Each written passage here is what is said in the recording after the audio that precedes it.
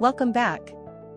In the last part of our Q2 webinar, we walked you through setting up the MLB-E102TH and MLB-LR140. Today, we're diving into something more hands-on, collecting temperature and humidity data using our air quality sensor, the MLB-ES102TH. Take a look at this setup. Starting from the right, we've got the power supply. To its left, the brown device is our MLB-G4204, a LoRa WAN gateway. Next to it is the MLB-LR140, a LoRa WAN end node. And finally, the white device is our outdoor air quality sensor, the MLB-ES102TH. Let's see them in action.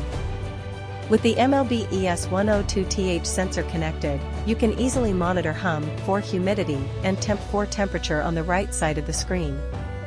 If you need help with the setup or accessing this page, just click on the right side to watch the previous video, or feel free to shoot us an email, we're here to help. Back to the page, we're monitoring two indexes, which means we have two uplinks, one for humidity and one for temperature. Right now, our office has a humidity of 55.5% and a temperature of 26.6 degrees Celsius.